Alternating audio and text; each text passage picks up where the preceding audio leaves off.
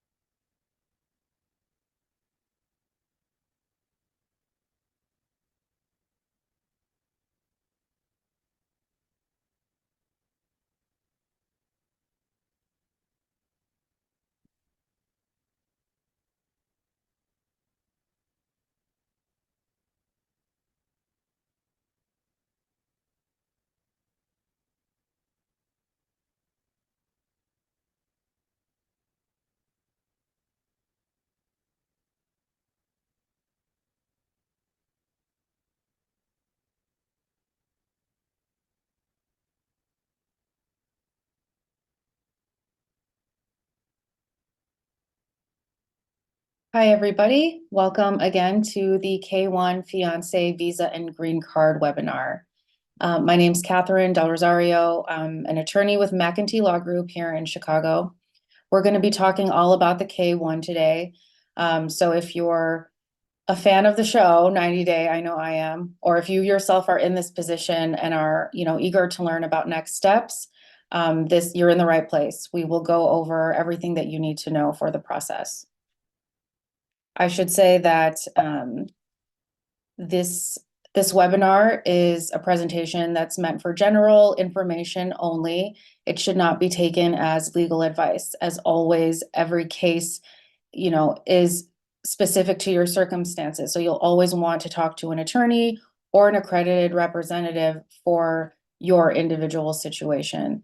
And the timelines that we're going to talk about today are, based on trends that we see as of today, and those can always kind of shift. So make sure that you're checking in with an attorney that's currently in practice, as well as the USCIS processing times that they post on their website. Okay, here's a little bit of a roadmap for our presentation today. We will go over the K-1 visa process itself, from application to arrival in the United States. Then we'll move to the green card process for K-1 visa holders. For both of these processes, there's aspects to bona fide relationship and financial sponsorship. So we'll touch on both those things for both the K-1 and the green card. We'll also talk about what's involved in the interview. You may have one, you definitely will have one for the K-1, and then you may have one for the green card process. And then finally, we'll leave some time at the end for any questions that you may have. And this webinar will also be recorded. Okay. I know we may all be familiar with these terms, but we just want to lay them out very clearly because USCIS, which is the agency that administers immigration benefits, they mean something very specific when they use a certain word. So we'll just go through it just so that we're all on the same page. When we say fiancé, we are talking about someone who intends to be married. They're not legally married anywhere else, meaning they're legally free to marry another person. The petitioner is the US citizen fiancé. So this is distinct from, let's say, the marriage-based green card or immigrant visa process, where the petitioner could be a green card holder. With the K-1, they must be a US citizen. When we say beneficiary, we are talking about the foreign national fiancé, so the person who's abroad.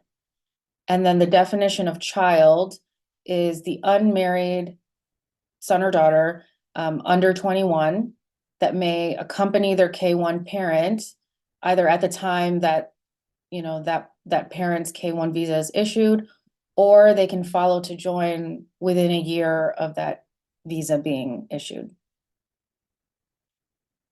Okay, so the big idea with the K-1 is that the fiance who is abroad intends to marry their US citizen fiance within 90 days of arrival. So in contrast to a marriage-based green card or immigrant visa, the K-1 person is not yet married, and they plan to marry inside the United States. And then looking forward, the outcome, hopefully that person will be able to obtain their green card so that they can live and work in the United States permanently. Okay, let's go over the criteria for a K-1. So first, as I mentioned before, the petitioner must be a US citizen. They cannot be a green card holder only. So they can be a US citizen by birth or naturalization. And then both petitioner and beneficiary are free to marry. So again, there's no like legal impediment preventing them from getting married. There's not a divorce that's in process. They're ready to get married and are legally allowed to do so. They are also required to have met their fiance in person within the last 2 years. So this means that they needed to have met, they can meet anywhere in the world. So it doesn't have to be just where the petitioner lives or where the beneficiary lives, but they have to meet in person, and it has to be within the last 2 years. Now, there are exceptions to this requirement. The first one being that if meeting in person were to violate some religious, cultural, or social norm, then this requirement could be waived. But we would, of course, need to provide supporting documentation to show that that norm exists and it would be violated if the couple were to meet. Another example is if the petitioner would suffer extreme hardship.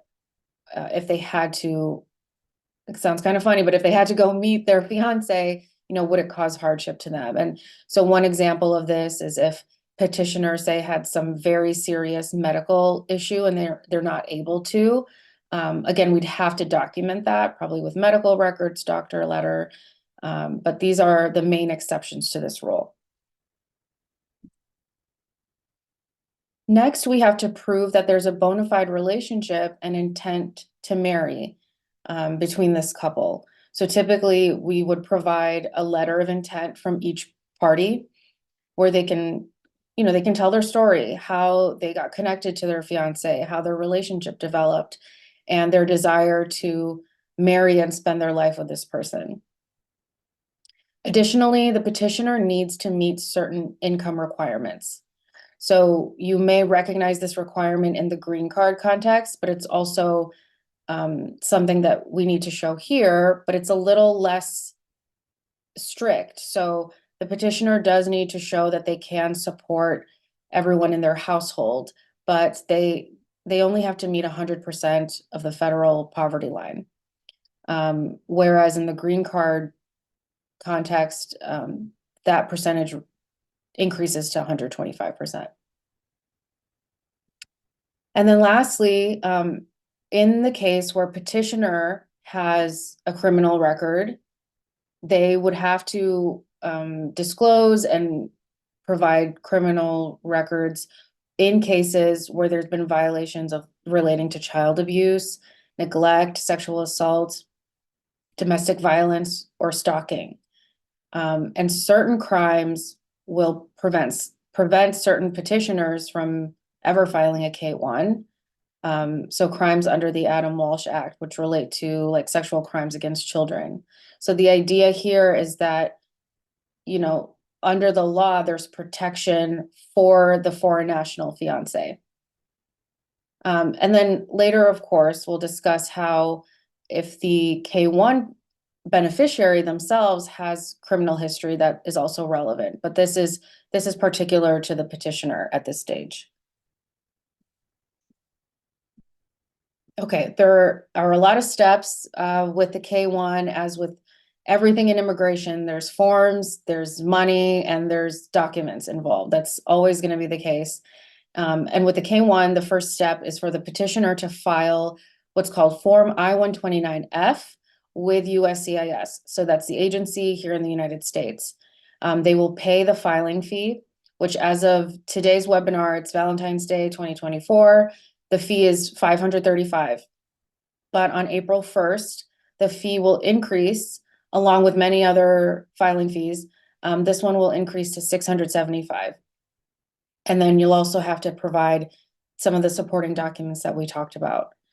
So if the petition is approved, it's valid for 4 months. And then presumably it would expire. But if for some reason you can't act on it quickly, an expired petition could be reinstated. But there is sort of this idea that you have to move pretty quickly when it comes to the K-1, which we'll talk about as maybe one of the negative considerations when you're thinking of what next steps to take. So when the petition is approved, the case is sent to the National Visa Center. So the NVC, as we call it, is for our purposes just like a website where you apply for your visas, you upload your documents. And so once the case is at the NVC, the beneficiary will submit what's called the DS-160. This is the immigrant visa application. And if you're interested in this, like part of the law, the K-1 petition itself is considered a non-immigrant visa or non-immigrant petition before it's approved. But once we're at this stage, the DS-160 is typically for immigrant applicants. So at this stage, the K-1 beneficiary will fill out an immigrant petition and pay the filing fee of $265. At this point, they'll also submit the affidavit of support that we talked about. So this is proof that petitioner can financially support them, and they'll have to provide proof of income there. At some point, the K-1 beneficiary will need to obtain a police report from every country in which they resided after the age of 16 to show that they're, what criminal history they have, if any, or simply that there is no criminal history, but you'll need a police report from each country. And keyword here being like country in which they resided. So if you visited another country temporarily, we wouldn't call that a place that you resided, but typically stays of longer than 6 months, we would consider that a place of residence. And then later on, you'll need to obtain a medical exam report from a panel physician. And I'll just note here that later on in the green card process, you also need to provide a medical, but in some cases, you may be able to use this first one, the one that you got from a panel physician abroad. If it's still valid, you could use it for your green card process later. And then lastly, we always want to make sure to check if there are country-specific requirements. The first one that comes to mind is, I believe it's the Philippines, maybe, where you have to get a document that shows that you're not married. So it's like the opposite of a marriage certificate. It's something to show you're not married, not legally married. Okay. The K-1 visa timeline will generally follow this flow where first the petition is prepared and filed. USCIS here in the United States will decide on it. Right now, the estimation is 12 to 15 months, but I will say that recent cases have taken longer than that. Some so long to a point that there's litigation around, how long people are having to wait. But according to USCIS, this is how long they're taking. The approved K-1 petitions then sent to the National Visa Center, as we talked about. And then from there, the case will go to the appropriate embassy. So wherever that K-1 beneficiary is residing. And during this time, the fiancé can be preparing for their K-1 interview. This is super important appointment. So the person will go to their consulate alone. They'll be asked to take an oath to swear that they're telling the truth. The officer will go through their entire application. They will definitely ask them about their relationship to the petitioner. And the officer will make the determination, either in that room or shortly after, about whether the visa will be approved. Now, we have pace estimates or time estimates for when some of these steps happen, but I would say probably the one that's least predictable is scheduling of the interview at the embassy, because it just so much depends on the specific circumstances at that embassy. Every country is different. The pandemic really caused, shortages in staff and resources, which we're still feeling up until today. So once the case is with the embassy, it's really on the embassy to schedule the person. And then following interview, the visa can be approved sometimes day of, sometimes within the next couple of weeks. Typically, we see 2 to 3 weeks following interview. And then the K-1 fiancé should then enter the United States within 6 months. And then from there, they should marry their US citizen fiancé within 90 days in order to move forward with the green card. Do they have to marry them? No, but if they're coming in on the K-1 and they don't marry that person, then they have to depart. There are a couple of important considerations when you're thinking of whether to do the K-1. I grouped them here kind of like pros and cons, but some of these might feel like cons or pros to you. So under my pro list is that you don't have to be married yet. So if you're not ready to take that step, you don't have to yet, because that's the whole point of this type of visa. And then you get to get married in the United States if you choose to do so. Another pro, I think, is that the I-864 affidavit of support is not required at the K-1 stage. So the I-864 is the financial sponsorship piece that will come later during the green card, that has a higher income requirement and just requires more documentation. But if you recall, in the K-1 process, the petitioner is filing I-134, which has lower income requirements and less requirements in general. Under my con list, con column, is that timeline is unpredictable. And if you're planning a wedding, that could be very, very stressful, because you don't know when the petition's going to get approved. You don't quite know when you're going to be scheduled for interview. And then once you are, you've got to use your visa within 6 months and get married within 90 days. So there's just a lot of like moving timelines that make it very challenging to, I think, plan a really large event if that's what you want to do. And then once the K-1 person is in the United States, you can't travel internationally unless you are granted advance parole, which is like a travel document, or you get your green card, which would allow you to travel and work anyway. But if you don't have either of those things, then you've got to stay put here. You can't work without a work permit, but you can apply for one. I think the tricky thing there is that work permits take about 2 to 3 months to get approved, but your K-1 is only valid for 90 days. So it's something to consider if you really do want to apply for that. But this is not your only opportunity to apply for a work permit. We'll talk about, the next time that you can in just a bit. And then one other downside to the K-1 is that typically you can't utilize a joint sponsor for your financial for your affidavit of support. So in the green card process, if your petitioner does not earn enough to support their household, you could tap someone else to be the joint sponsor and demonstrate that they can support you based on their income. In the K-1 process, you can't have that third person. So the onus is, the responsibility, the obligation is really just on the petitioner alone.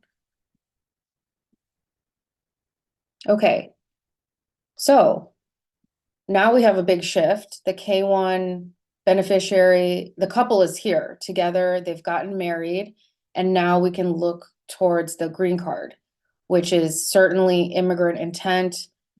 Same goal is to live and work in the United States permanently. And this process involves the US citizen sponsoring their K-1 spouse now, who is physically here in the United States.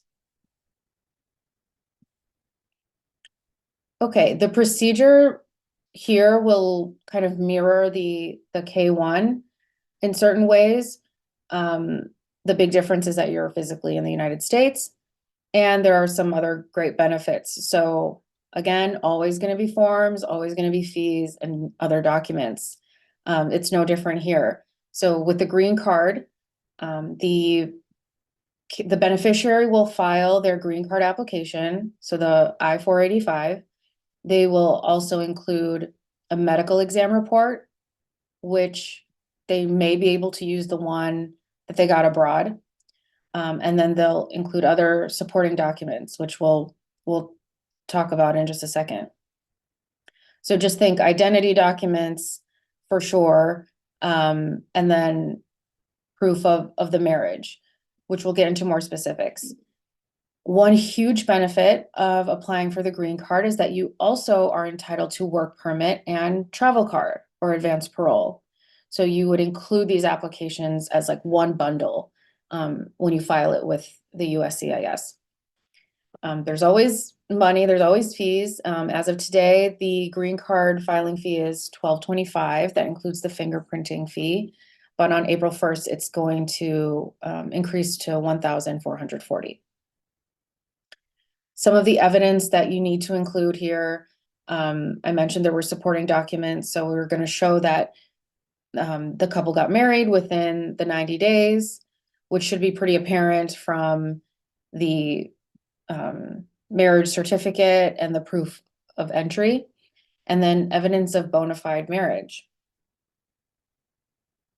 We'll come back to bona fide marriage in just a bit, but I wanted to show you generally what this timeline will look like. So let's say that you and your spouse now have officially gotten married. Your green card case could take, however, it depends how long it takes to put together. And then the case has been filed. In a few weeks, you will get receipt notices for all of these different applications that we talked about, the green card, the work permit, the travel card. Each receipt will have a unique receipt number, and that's how you'll be able to track the progress of your case. And then from there, probably just very shortly after these receipts are issued, you'll be scheduled for a fingerprinting appointment at a local office. And then we wait. So a number of things could happen during this time. You could receive your work permit maybe in 2 to 3 months. That's kind of the standard that we're seeing now. And then travel permits are they're unpredictable, I should say. So some clients, they'll get them at the same time as the work permit. Some will get them at like the 6-month mark, 5 or 6 months. Others don't even get them at all. They just get their green cards more quickly. So keep this in mind, as it can be challenging again to plan for travel. And then there could be a green card interview. I would say like a year ago, there would definitely be a green card interview, but that has since changed. So USCIS has started waiving the interview requirement for many, many couples. So it's a wonderful idea to provide as many documents from the beginning showing that your relationship is bona fide, to kind of increase the likelihood that you will not be interviewed. But it is always possible. And then after approval of your green card application, whether or not you're interviewed, your green card will arrive. Okay, we're returning to this idea, this concept of bona fide marriage. It's kind of a funny term that basically means, is at the time of the marriage, is there this good faith intention to build a life together? And the government kind of categorizes the proof in two buckets. There's shared residence and combined finances. And I just want to say that, when I talk to couples, they come from all walks of life and different financial circumstances and social circumstances. So some people will have all of these documents and some will really only have a few. They could be living with their in-laws, or in some cases, the spouses may not live together at the moment for good reason. Like if someone's, completing an academic program in another state or another city, or there's like a work assignment that is keeping them apart. So I say that so that you're not discouraged, that if you don't have every single piece of evidence that's listed here, that doesn't deter you from applying. So these are just kind of the most common forms of proof. So under shared residence, we look at mortgage statements if you own, or lease agreements if you're renting, driver's licenses, utility bills, and just correspondence to the couple. One thing I like to note is I know that for utility bills, sometimes only one person is listed. And so you can still use that piece of evidence. We just want to make sure that both of you are getting some kind of mail that's linked to the same residence. And then when it comes to combined finances, it's very likely you might not have a jointly filed tax return yet, but if you've got joint bank accounts, credit card accounts, if you guys share, joint policies like life, auto, renters, home, that kind of thing, that's all great to show. And then, of course, if you own any property together. Other things that we use to show a bona fide relationship don't really fall into a specific bucket, but they are essential, I think. So photographs. In my experience, officers love to see photos of the couple, from over the course of their relationship, throughout the different seasons, with family and friends. We want to show like a full and whole picture of your life together. So photographs are great. If there was a proposal and if there was a big wedding, we'll of course show that. But if there wasn't, that's okay too. Many couples mutually arrive at the decision to get married, or they have a small wedding ceremony. That's totally fine. Every couple's life looks different, but we can be creative about what, types of evidence we can show to demonstrate that life together. So if you've taken trips, you may have like travel itineraries, Airbnb receipts, that kind of thing. Or if you've both been invited to events, and there are invitations with your name on it, something like that. We also like to utilize affidavits if it's appropriate. So these are like letters from family and friends. These are sworn statements where your family and your closest loved ones get to share, their impressions and their story. Well, your story, but like from their perspective. So this can be super helpful because a narrative from a loved one can often show what like bills and contracts can't. So this is a super helpful tool to use. As an attorney, we are looking out for not just that a couple is meeting eligibility requirements, but are there certain red flags that could be raised that could cause issues in a case?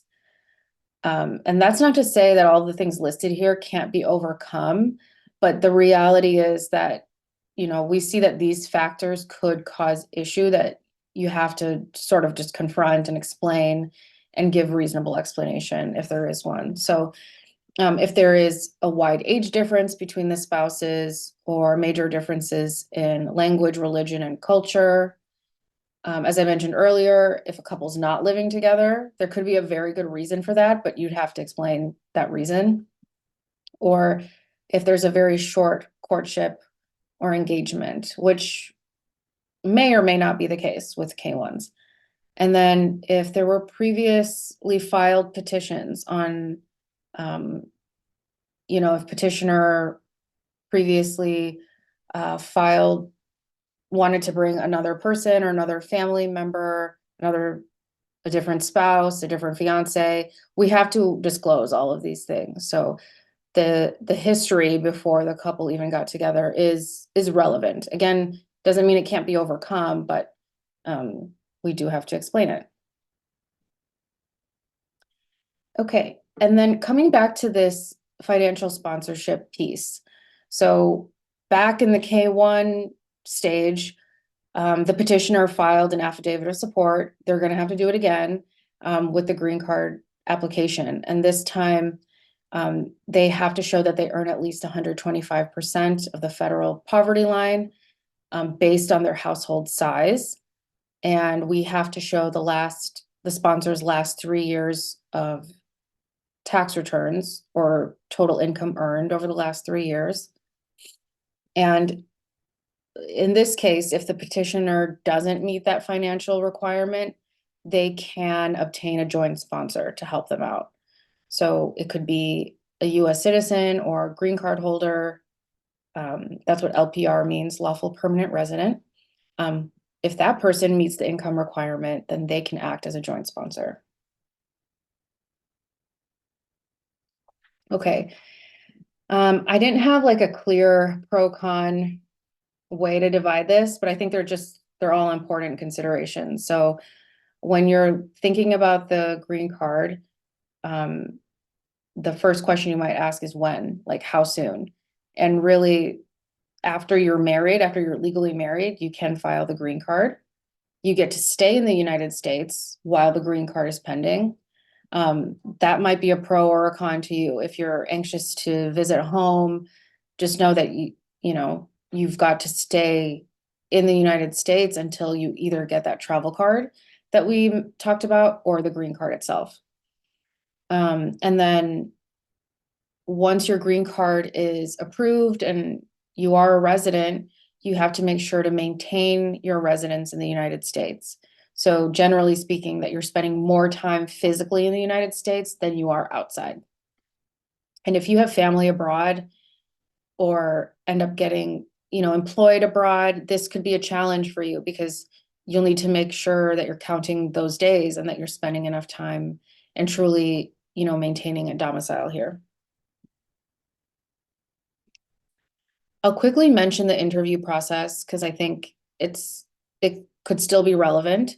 So as I mentioned, interviews are becoming less and less common, but they do still happen. And during that interview, similar to the K-1 consulate interview, you'll take an oath to promise that you're telling the truth. You'll present documentation to verify that you are who you say you are, that your relationship is what you say it is. And the officer will go over your forms and all these documents that you've provided. But the special thing about this interview is that you and your spouse get to tell your story together. So when the K-1 beneficiary went to their interview at the consulate, they went alone.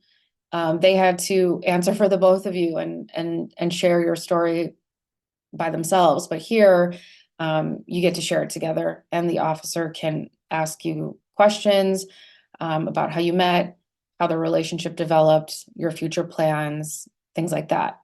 They may also ask about your living arrangement, your everyday routine. It just kind of depends. And you may, in some cases, spouses are interviewed separately, but they will certainly go to the interview together.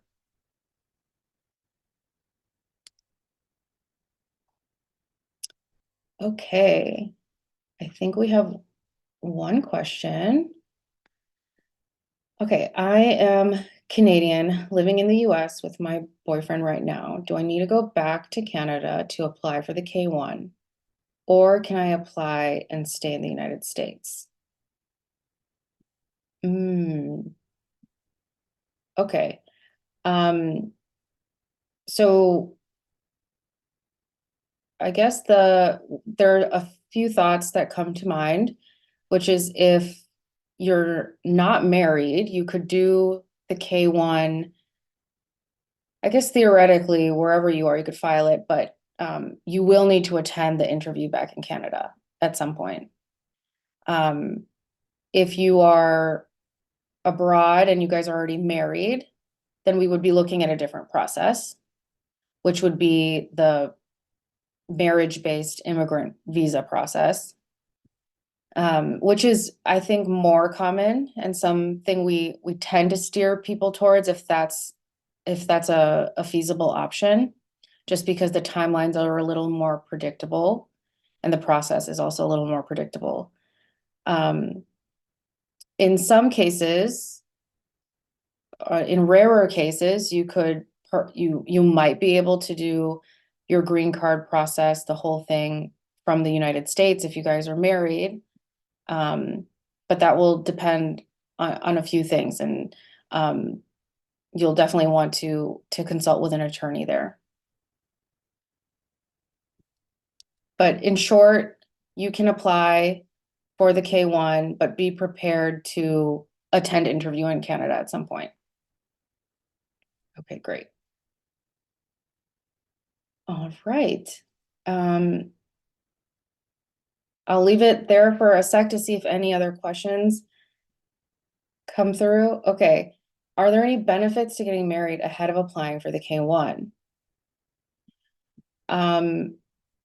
Sort of, yeah. I mean, well, getting married before the K-1 would knock you out of K-1. You wouldn't be able to do the K-1, but you'd be able to do the marriage-based immigrant visa process, which has a similar sort of like structure. Like there's a petition, you have to show that you have a bona fide marriage, but you could be married anywhere in the world as long as the marriage is legal wherever it took place.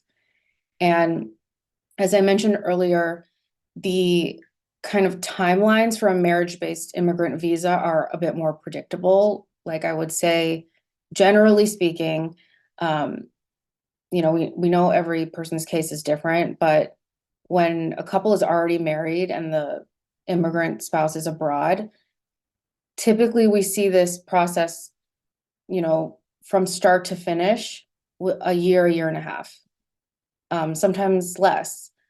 With the K-1, it's less predictable. So I think the benefit is that if you're already married, you're going to have different set of proof of your relationship. It's no longer just an intent to marry. You've gotten married. You presumably have more photos and documents and time and history together. Like, I guess that might not always be the case, but I do see it as being a benefit. It's just that you would be doing a different process.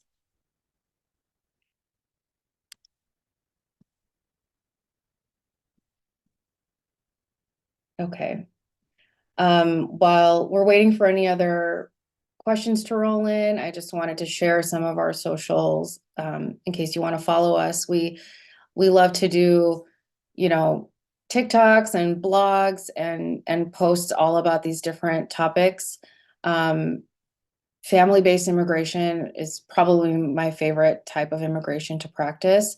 So if you are wondering what your options are, like if you're a new couple, that's like, where do we start? Or if you've been married and you don't know what the next steps should be, like we'd be happy to talk through that with you. And we know, you know, we truly know that every couple's situation is different. So we're happy to help you determine what's like the best path forward for you. I just want to thank everyone who joined today or who watches this later. We love to share this type of information and hope that it's helpful for you. So again, this will be recorded. for anyone to watch later. I'm Katherine again. Happy to chat with you if you have any questions, and make sure to contact us if you would like a consultation or just have any other questions after this. Thank you so much.